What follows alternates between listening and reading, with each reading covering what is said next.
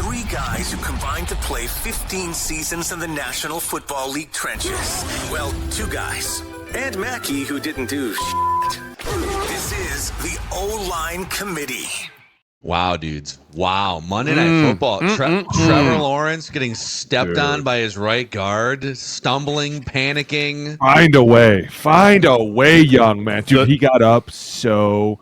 Oh, my God. He was like, is this really happening right now? It was. And then he dives over the... Oh, my God. Just insane, bro. It was... What a night. And by the way, I think I went 0 for 4 on the weekend, but it was one of the greatest 0 for 4s that I've ever had because watching some of that game last night and watching the Broncos, like, dude, new teams are...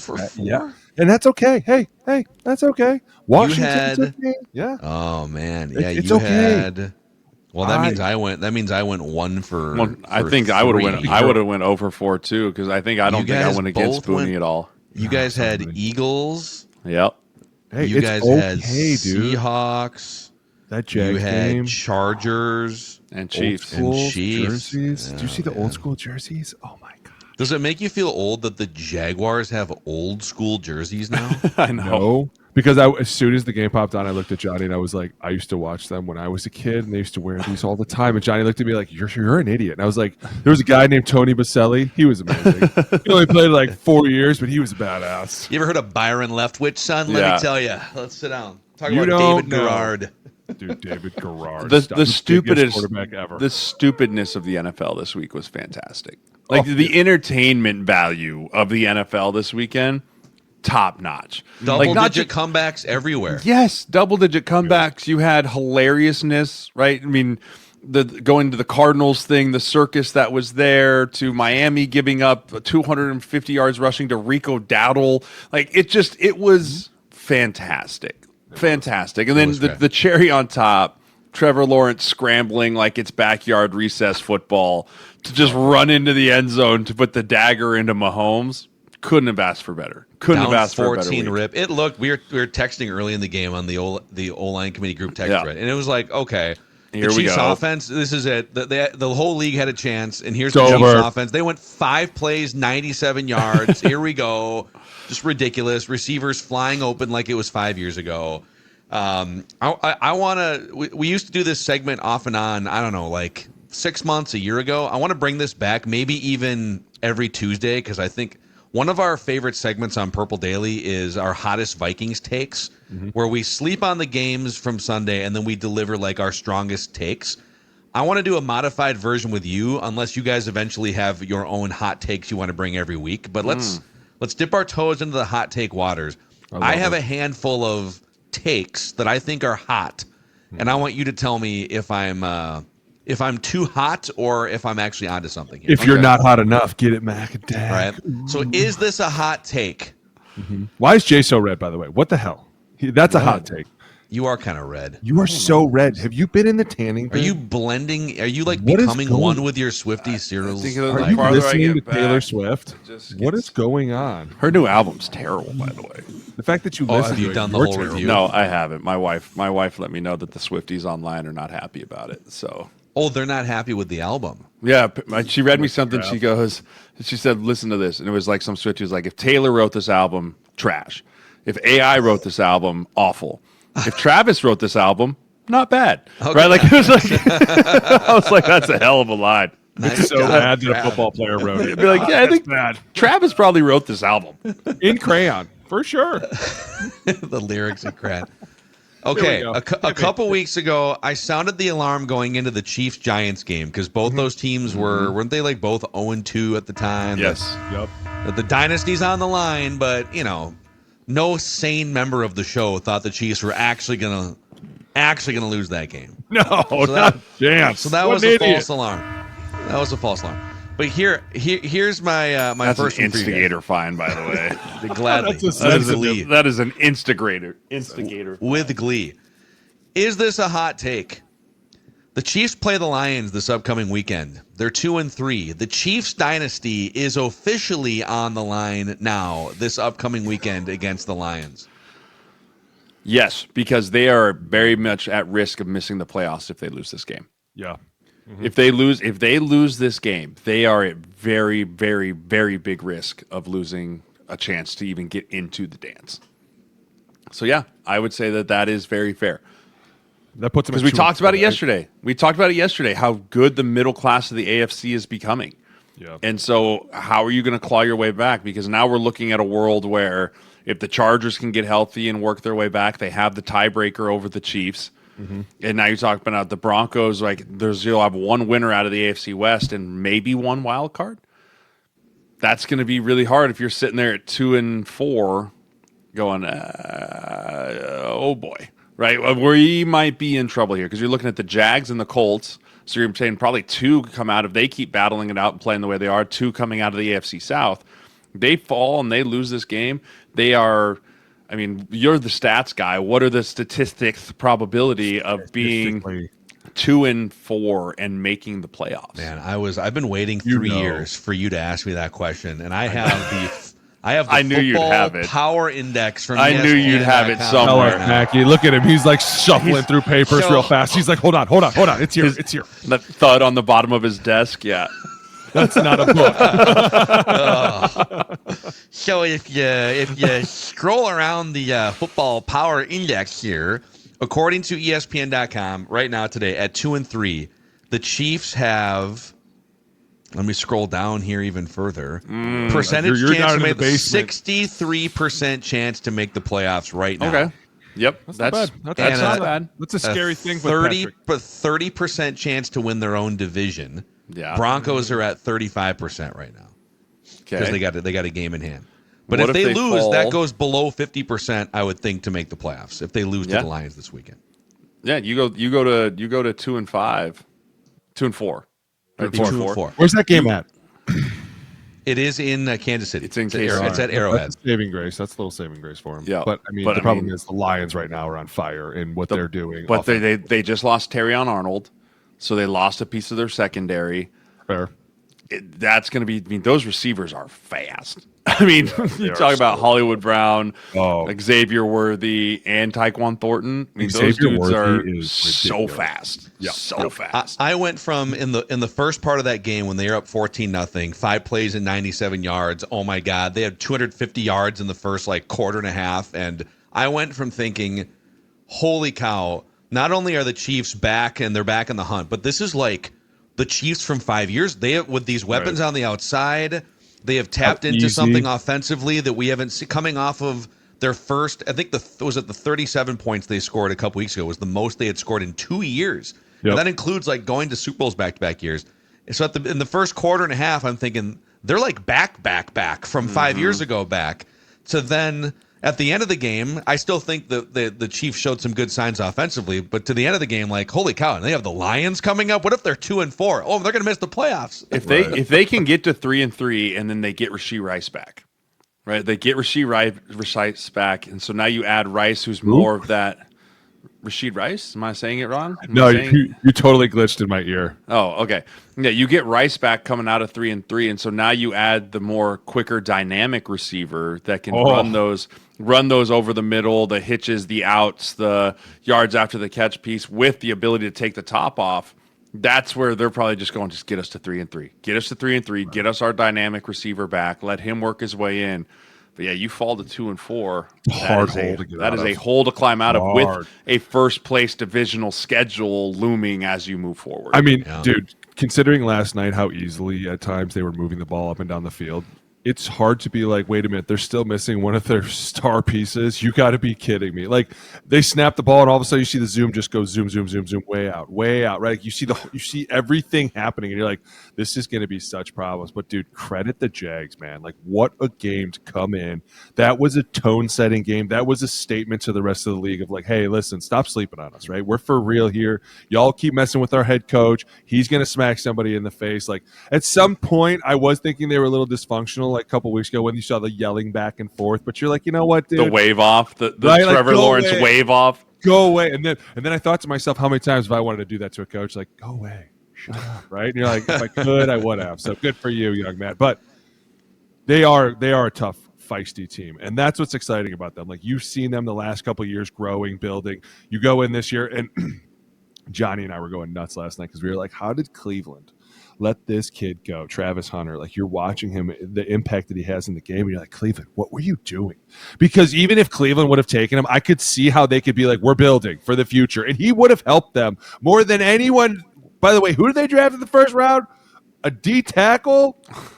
Okay, I'll state my case. Like, Jacksonville is kind of onto something. I like where they're going. You love the feistiness of them. Trevor Lawrence clearly has this team. He'll do anything to win. Like, he's the guy that's like, he's kind of like the Josh Allen to me. He's the younger version. You know what I'm saying? Like, things start to break down. He's like, I'm going to run to get myself out of trouble. Whereas other guys, I feel like, don't do it as smooth as he does. And that's what's cool about it, is like, he has a natural progression going through it. And to be fair, most of his career, he was winning. And so now the fact that he's been losing a lot of his career, it started to be like, yeah, it kind of sucks on this side.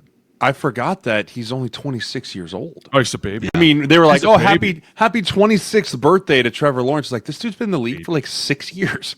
Yeah. Like, he's still maturing. I mean, most guys don't even get in the league till they're 23, 24. This dude's lived an entire rookie contract out. 3 is it 3 or 4 head coaches? Yeah, and he's lived through. I mean, he's trauma. 4, right? That dude has some trauma in his life. Oh, I mean, for sure. You started your NFL career with Urban Meyer. Like, Godspeed, young man. Your kicker. Yeah. So he stayed back to go to a bar and sent the team home. What a joke. I mean, if you can survive that, you've been battle hardened, and he's talented, and so you get him some stability around him for the first time. He's got some really good weapons. Cole Strange going out, that's going to hurt. That's not. I mean, not Cole. Is it Cole Strange? No, that's Strange. Whatever is Brandon Strange. I don't know. Whatever Strange. Cole's the right guard, isn't it? Yeah, Cole Strange is the one who plays offensive line. Strange. Whatever the last name, Strange. And you try and think Johnny Munt's serviceable, but Strange has been playing unbelievable. He's been playing so well the beginning part of this year. But even then, you go, okay, you've got Travis Hunter. You've got, I mean, all kinds of different weapons. And ETN looks like he's back to running hard between the tackles. And I really like what Jacksonville and what Liam Cohen's got built down there. Yeah, and one last thing on Liam Cohen too. That people have dismissed the hire or just like not cared about the hire in part because it's the Jaguars and whatever, they're always just irrelevant. But also he had this kind of quirky press conference, the Duval. He's got kind of a little quirky personality. But when you see the 4-1 start and you see the locker room reacting to him, I watched the post game thing they put out last night. And the fact that he is a Sean McVay coaching tree guy. He's worked with Jared Goff, Matthew Stafford, Baker Mayfield in Tampa Bay. So I'm not saying he's the reason for the 3 of those guys being awesome, but like, he's been around and has worked with some quarterbacks, and he's been deemed credible by Sean McVay. And so definitely a team to watch. Definitely a team to watch. Their weird owner, Shad Khan, in the locker room after these wins too. We've been waiting for a long time, and now it will be forever. We'll be like this forever. It's like, dude, just take a deep breath. Go back to the yacht, man. Go back to the yacht. I love the Jags, right? I love what they're doing. I love the old unis. Let's continue doing that. Let's stay in that world. But the next 2 weeks for me, and that's what I was looking up before, is like, okay, you kind of look at this and you're like, am I getting a little too crazy about these dudes? You look back and you're like, we did lose to the Bengals, but they had Burrow. Different, right? But they beat Houston, and then you talk about you beating a Chiefs team, and we don't know what the Chiefs are. They're kind of in Mahomie land where they're like, they could go great, they could go bad. It's a multitude of things. But the fact that the Jags played them so tough last night, I think for me, it's going to be, you're playing Seattle and then you play the Rams.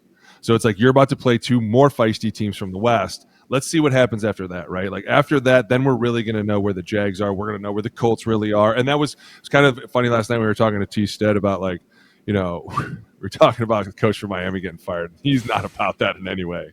Like, he was trying to save face. Jay so comes bad. in right away. I tried so hot. I tried so hard to get him to be How like, about that coach down there, how about huh? your coach, man? He was so pissed. And so we were talking, and he was kind of like, well, you lose to the Colts, and we didn't know what the Colts were. And you look at it now, and it's like, that's kind of where I am with the Jags, where it's like, okay, you beat the Chiefs, and I'm really impressed by that. But do I believe in what you're doing in the future? We're going to find out in the next 2 weeks, and I know, Jay, you might not be sold, but I like Seattle's defense a lot. And I think I like him, but man, I know Baker just carved him up like a freaking hot knife through butter. I agree with that, but it's like it's Baker, right? And he's carved up a lot of dudes this year. That's why it's like, man, okay, these people are really starting to show who they are and what they can do. And if the Jags can go in and beat Seattle and then follow that up with a Rams win, well, now it's a different Jags. Now we're over here going, all right, this is a different whole South. Yeah, they go 2-0 the next 2 weeks, and they're staring 6-1 in the face. That's a different story, right? Now the Colts-Jags game, I want tickets to because that's going to be electric. Oh, yeah. Who would have thought I'd be saying that? Take me to Lucas Oil Stadium, baby. I honestly think we used to use that as a joke. Is like, oh, Colts-Jags, Thursday night. Who wants to watch? No, it's Titans-Jags. It was Titans-Jags. Put some respect on the Colts name. Why are those teams playing 7 times? It's crazy. They're just always on Thursday night. Before we get to a few more hot takes that I want to run by you guys, shout out to MyBookie. If you want to win real money this football season, and by the way, you can go on MyBookie and you can pick games. You can pick survivor pools, college, pro, super contest, player props, in-game lines as well. So if you saw that comeback coming last night by the Jags, don't just be the one that pops off in your group text message threads. Be the one that actually wins money watching football. Go to mybookie.ag and use the code OLine, and any bet you choose up to $500 is fully covered. That's mybookie.ag with the code OLine, and any bet you choose up to $500 is fully covered. So, that's with the bet back bonus token, I should mention. No better time to jump in. No better place to play. That's mybookie.ag. Also, the OLine committee is excited to partner with FVP Auto Parts and Menards this football season. And up in the upper Midwest or the plains areas where Jeremiah is, winter is coming in the next couple months. And you want to make sure that you get your winter preparation started now with Lucas Marine Motor Oil from FVP Auto Parts. They can help you just winterize your boat. Lucas Marine Synthetic Oil is going to help you make sure that once you get back to boating season next spring and next summer, that your boat is in good shape. So head to Menards today and stock up on Lucas Marine Motor Oil because performance matters on the road and beyond. Football. All right, dudes. Performance always matters. Here's my next hot take, and I will preface it by saying that the Eagles, through the first 5 games, have one of the worst rushing offenses in the league. They're 29th, 30th in some key rushing categories. After being historically one of the greatest rushing teams in football history last year, they also have one of the worst rushing defenses. They can't stop the run, and they can't run, which is a terrible recipe to win games. And I saw something, I think it was so far, Orlovsky had this on Twitter today, that the predictability of their offense, 80% of their shotgun formations are passes, and 80% of their under center plays are runs. So maybe defenses are just figuring this out. So here's my take. The Eagles are more likely to miss the playoffs than win the Super Bowl. At 4-1, they are more likely to melt down and miss the playoffs than win the Super Bowl back-to-back years. That's so hard because I don't think they're a Super Bowl contender at this moment in time. Like at this moment in time, if you ask me sitting here on October 7th, do the Eagles look like they're going to win the Super Bowl? The answer is no. Do you tell me, do they look like they're going to miss the playoff? The answer is also no. Because that division, I don't know, man. No, he's saying either win the Super Bowl, and I think so. If I'm saying that, I think it's between Super Bowl and my thought is they're going to win the Super Bowl more than they're going to melt out. That's my thought because I think that if, like we've talked about this before, if this is a dysfunctional team, it's who they are, it's their culture. They're looking at this right now and they're like, listen, the Jackson Pollock thing ain't working. They're throwing shit at the wall and they're like, it ain't working, right?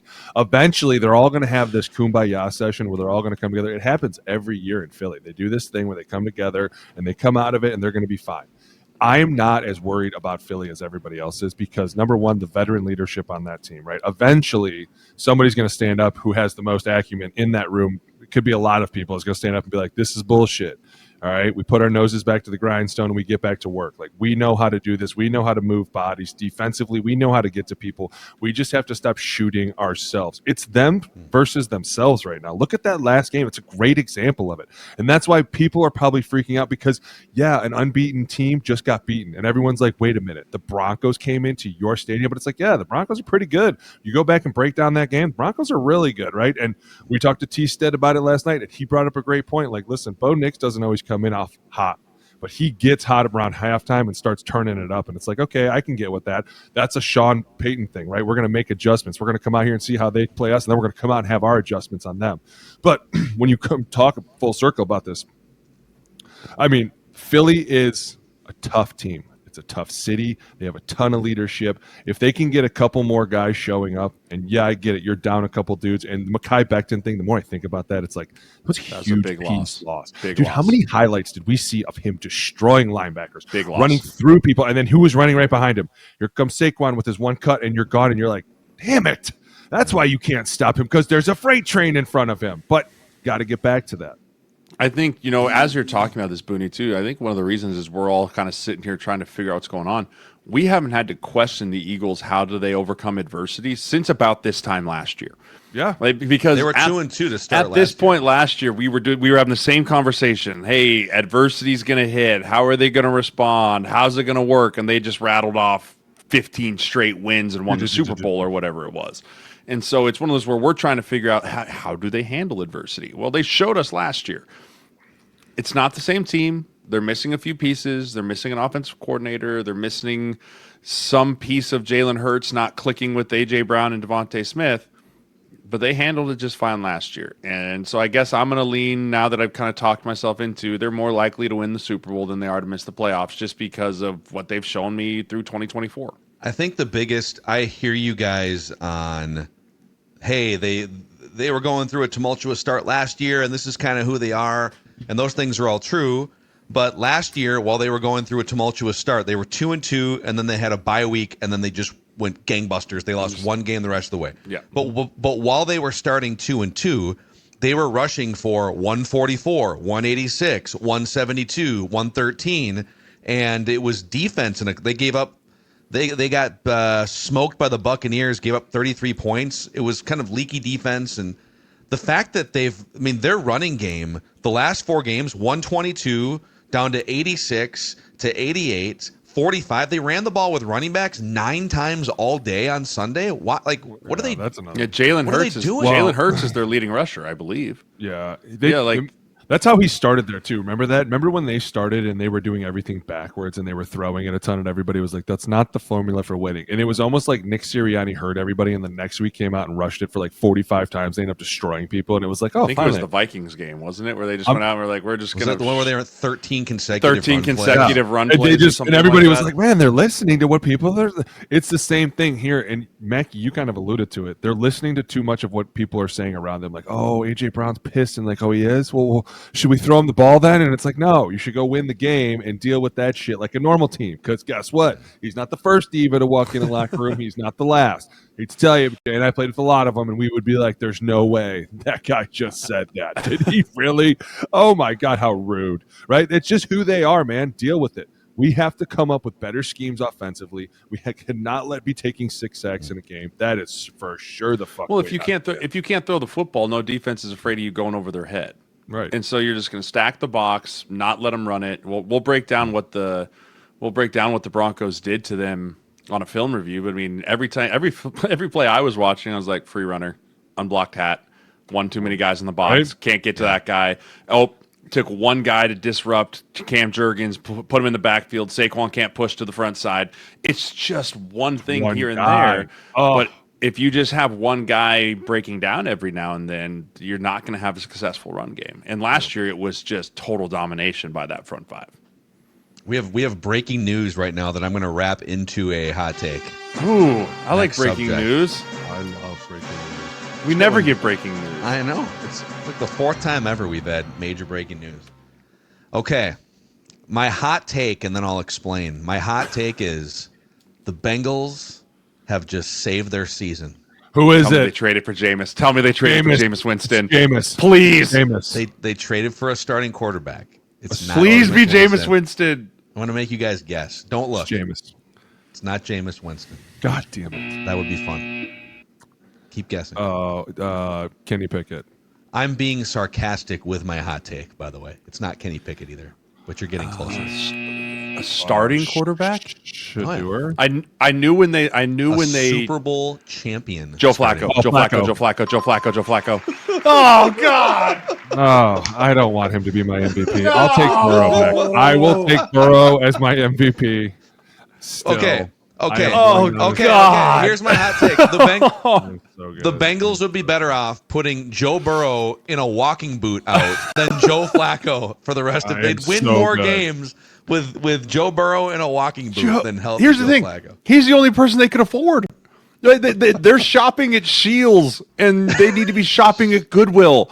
Like, you can't afford Shields. Like, you can't afford. You got to go over there to the bargain bin, my friend, because you have no money.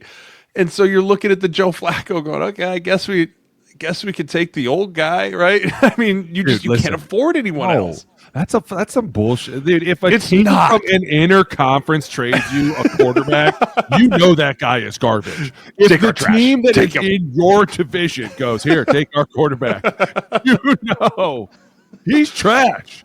What is going on right now, dude? You didn't try to say all that means is, hey, Shadur Sanders' path to the field just got one I thought more they traded guy for less. I would have thought one more guy less is now in front of Shadur's path to greatness. Watch, they're going to trade for a quarterback. That's all right. Yeah, they're going to bring in Mike White, the one the Bengals just cut. We're gonna bring in They just cut Mike White this morning. The Bengals did, and the Cleveland's like, oh, we like Mike White. Why don't we just bring Mike White over? So Joe Flacco, 40 years old, just bouncing around to every AFC team. AFC North, every team. Love so the Steelers are the only team that he will not have suited up for in that division. Well, there's still don't time, speak Joe. too soon. I was going to say, there's still time. Aaron's. It's early for Aaron. We'll see. Oh, So man. congratulations, Bengals. I'm sure everyone's real excited in Bengals country to watch 40-year-old Joe Flacco go out there when Joe Burrow couldn't even run around and stay alive. Hey, is Flacco's gal going to do TikTok dance videos before and after every game like bus? Jake Browning? On a bus with a wooden picture of him. Dude, if I had to come home to my wife and I just threw like 5 pics, she's like, "Did you see my Instagram post? Did you see? Can you repost my fit?" I'm gonna kill you. Honey, these pants though. I know I will talk about your 5 interceptions, but look at we will this fit right now. Look at this. It says Jake Browning's girl on the side. It's like, do you have a tally of interceptions on the other side? Because that's gonna come way up the leg. We're running out of space. All right, I gotta be at bell bottoms. I need more space on the jeans. Okay, the next hot take. Here's my setup. So I don't know if you guys have seen this, but Jonathan Gannon, the Cardinals head coach, felt the need. He woke up after sleeping on the interaction on the sideline with the running back who dropped the football on the goal line to try and show off. He wakes up and he comes out and he says, he apologizes profusely for the way that he acted.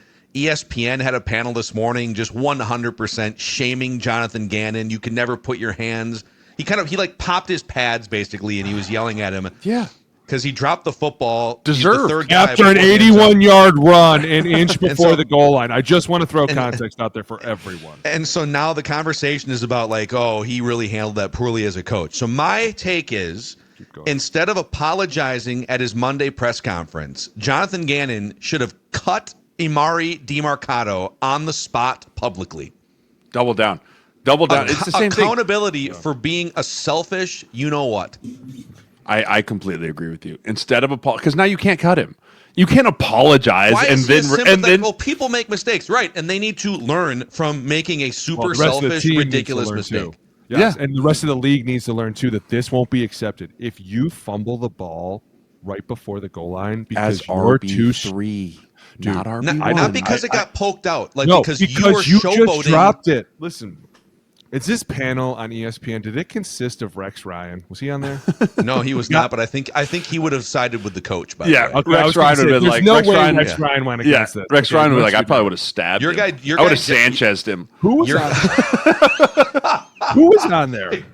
So your guy, the guy that was the most adamant on Get Up that Jonathan Gannon was 100% wrong. That is not how you treat one of your players or another man. Was your guy Jeff Saturday? Jeff Saturday was incredulous. Oh, Jeff. Of course he was. Of course, are you serious? Old Jeff. I want to in all of Jeff's head coaching world that he got to live in, he would have never done that as a head coach. Maybe a little more. Maybe a little more accountability in the second half of that game against the Vikings. What would Peyton Manning have done in that moment? And you snapped to Peyton Manning for how many years? I want to know right now, not what Tony Dungy would have done, because Tony was a sweetheart. He wouldn't have done anything except for put his arm around the guy. I want to know what Peyton Manning would have done. Tell me right now, Jeff. And tell me that you wouldn't have been like, you're right, Peyton. You're totally right for punishing this guy. Like, he would have been all about it. That's why it's like, dude, stop it. Peyton used to kick people out of the huddle, and they'd never see him again if they dropped footballs. Yes. Like, if you dropped a football, Peyton was like, I don't want this guy in my huddle ever again. Dude, I've heard some stories from the center. So have I. I've heard stories from Peyton when he was in Denver, and that's where I heard him from. There was a dude that literally in walkthrough ran the wrong route. Never heard from him again. His family's never heard from him again. He was cut. He was, because Peyton was like, I don't care. He'll never play for me. He'll never throw you the ball if he doesn't like you. He's not an idiot. Okay, Peyton. But Jonathan Gannon, I am completely on board with that. Instead of at the press conference waking up and saying, I'm sorry, he should have said he has been released from the team. We wish him the best in his future endeavors. You could have set it up. You could have said, listen, so I went to bed last night. I saw the video circulating of my actions on the sidelines. And after thinking about it, talking with my family, and waking up this morning and being here with you, assembled press, I just want to say, pack your bags, Emari Demarcado, and don't drop them before you get on the airplane. Completely agree. Send him home. Because now you can't. But now you can't. What culture are you building on? You can't cut him now. The whole conversation is like, oh, we feel so bad for the guy. The guy made. It's not just a mistake. It is you are thinking in your head the most selfish possible thing as you approach that goal line, which is, how can I pimp this touchdown and self-sign as you walk into the end zone, right? Instead of, how can I make sure this is a touchdown for my team and my coach, who, by the way, is like maybe going to get fired if we miss the playoffs again. It makes my blood boil he could have come out and said, in retrospect, I went to put my hands on him, but guys, we can't, there's an epidemic in the NFL here of selfishness, of players trying to pimp these touchdowns, and it needs to stop. And we are going to stop it on our team by saying goodbye to Emari Demarcado. Sorry. Agree. 100%. Could not agree more. I mean, dude, I don't know. I guess in the world of cameras and everyone seeing everything, of course, people are going to be upset. But it's not the first time a coach has ever put his hands on a player. No, not the first time a coach has ever come up and grabbed you by a face mask and been like, "I will fucking kill you." And dude, I can remember a couple times during training camp, thankful the fans were there, because the O-line coaches were like, "I swear to God, if these fans weren't here right now, I'd beat the living shit out of you." The problem is, got it. Okay, got it. Yep. Real. Yes, sir. Got it. He just kind of grabs you by your jersey and tugs you down, because they're never taller than you. They tug you down a little bit, and they're looking up at you, I swear I'll kill you. You're like, I know. There's people here. Thankful that there's people here.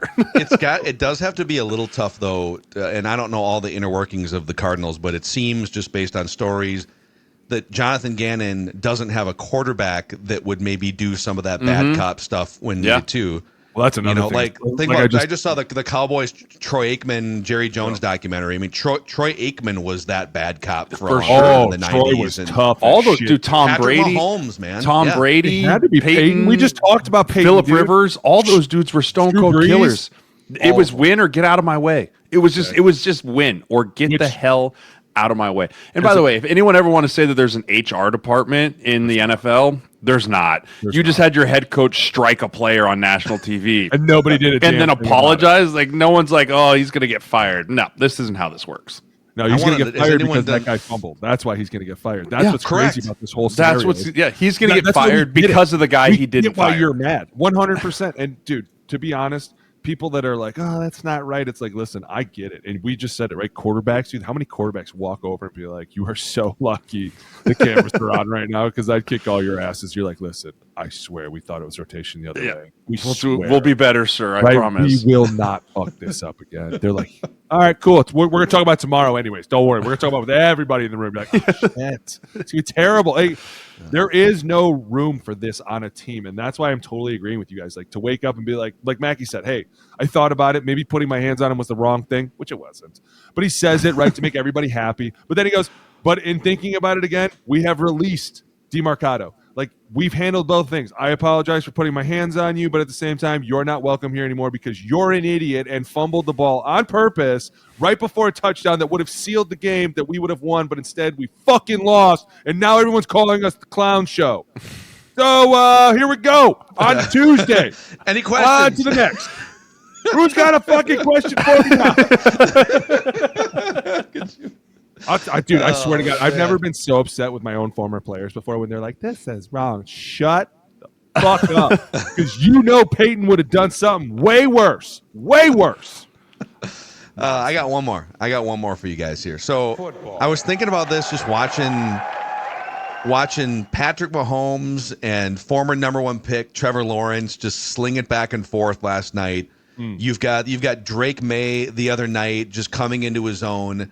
And my hot take is I think we are witnessing the best era of quarterback play in NFL history. And I am going to bring one statistic to the table here to prove my point. Dangerous, Mac. So, you know how like we throw around loose terms in the NFL, like he's a top 10 quarterback. Or, generational talent. Generational. That's right. One we hate. We hate that one. Generational. Is he below average or he's an above average quarterback? Well, there's only 32 teams and 32 starting quarterbacks, or like 35 with teams that start a couple with injuries. So you can literally, if you wanted to use like passer rating, you can literally rank 1 through 32 and see who is the average quarterback in today's NFL. And it's crazy, dudes. And this could change over the years or over like the months, but the league average quarterbacks, the three just above average and below average on the passer rating scale, are Tua, Patrick Mahomes, Jaden Daniels, Caleb Williams, and Justin Herbert. Because up above on that list are Lamar Jackson, Jared Goff, Sam Darnold, Jordan Love, Josh Allen, Drake May, Matthew Stafford. Daniel Jones is now an above average quarterback. Baker Mayfield's now an above-average quarterback. C.J. Stroud, Jalen Hurts, Dak Prescott is back and healthy and slinging it around. There's like 24 viable to awesome NFL quarterbacks and a few young, talented guys even below that are interesting to watch. Man, you're not wrong. You're not, because like we talked about a couple of years ago, the full changing of the guard, right? The full changing once Tom got out of the league.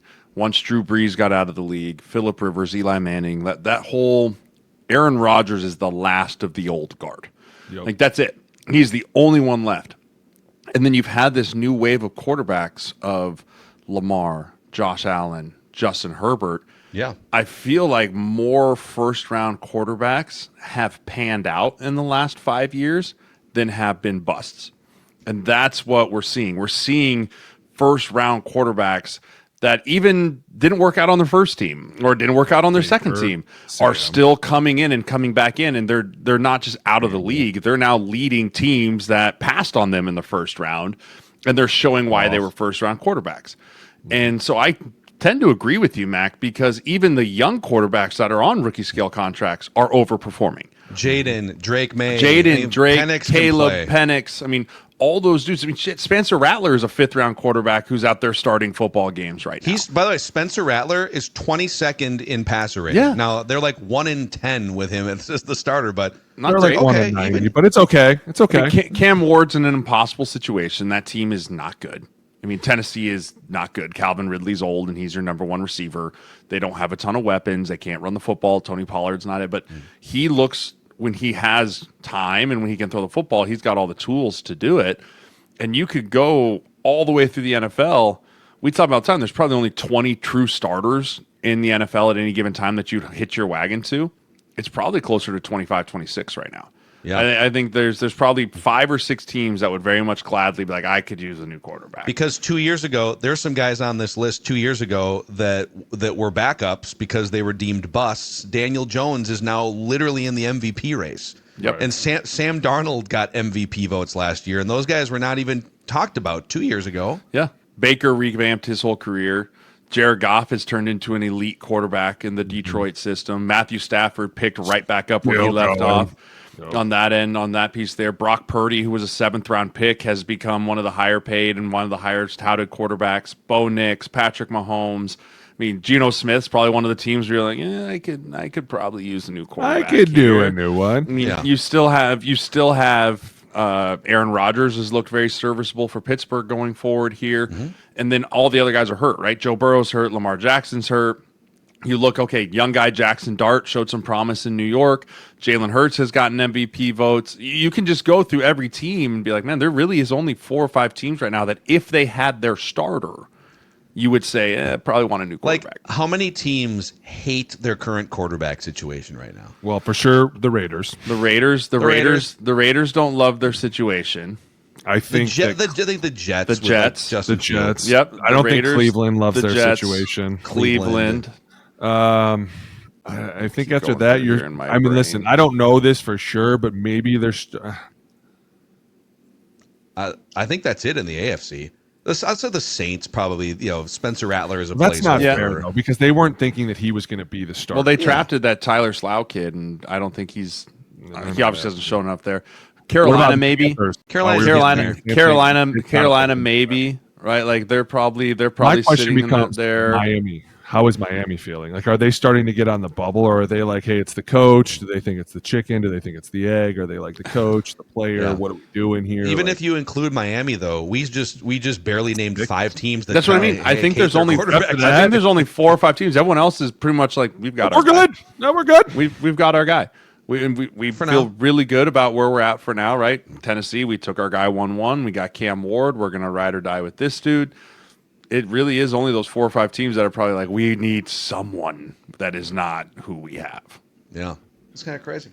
The NFL is it's stacked, man. Yeah, you got like these Hall of Famers at the top.